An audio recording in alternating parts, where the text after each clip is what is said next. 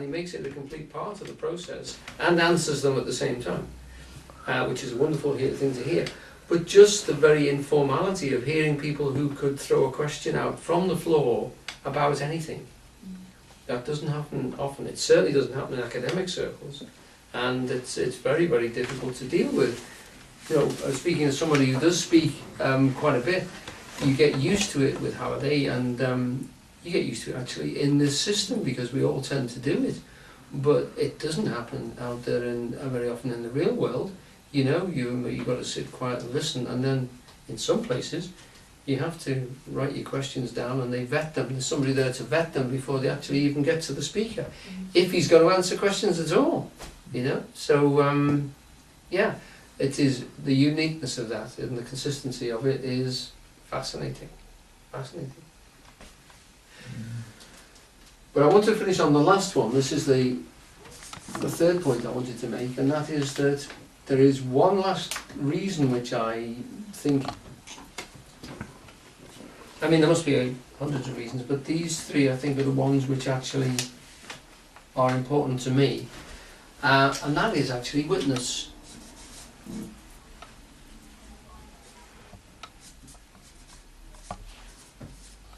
We've actually got people here in this room and around us who were with him at the time, with him for a long period of time, and are still involved in his ideas now.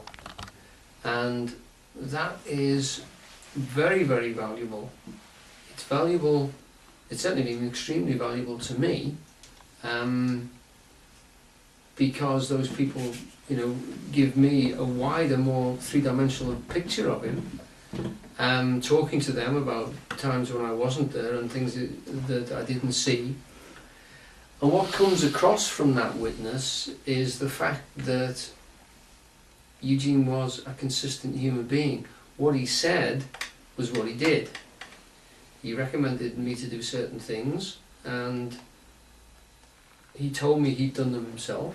He didn't tell me what the outcome was until I saw him the next time, and then we talked about the outcome for me and the outcome for him, and what had happened when he did it, etc. It was always far more dramatic when he did it than when I did it.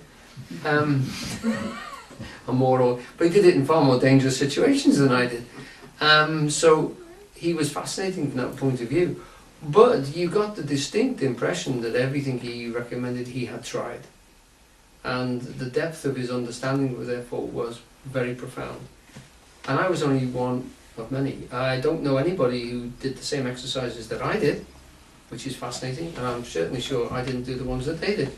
So he was working with different people at different levels and at different times with different exercises, all of which he'd done, but we've only done bits of. And, you know, so that was absolutely fascinating. And I can honestly say there were times when I was convinced that he was more interested in my development than I was.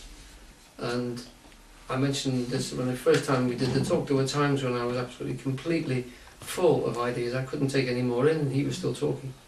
So I was backing up the room and he was still going on. And the people had come and arrived and were waiting outside, but he hadn't finished. Which is amazing. You know, amazing. And so there was a consistency about it. He practiced what he preached, he lived what he preached, and he lived it for a long period of time. And, you know, we know people who were with him right the way through his life until his illness at the end and when he actually died. So we have a consistency of reference there, which is hard to get on any people at all, and very, very difficult to get on any teacher. And there are lots of people out there who are planning to deceive you and literally would sell you their ideas and pretend to be enlightened, etc. And there are people who feel that they're enlightened, and I'm not sure whether they are, but if they are, then Eugene was certainly in a different category altogether.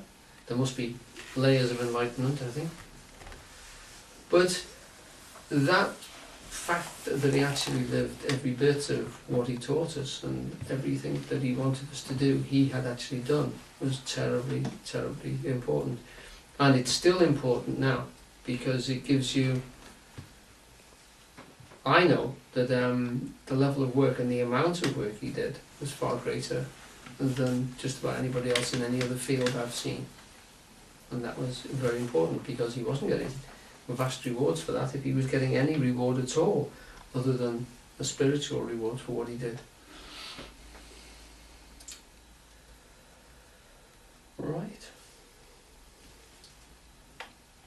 Okay. Any questions about this aspect? Because I want to move on to something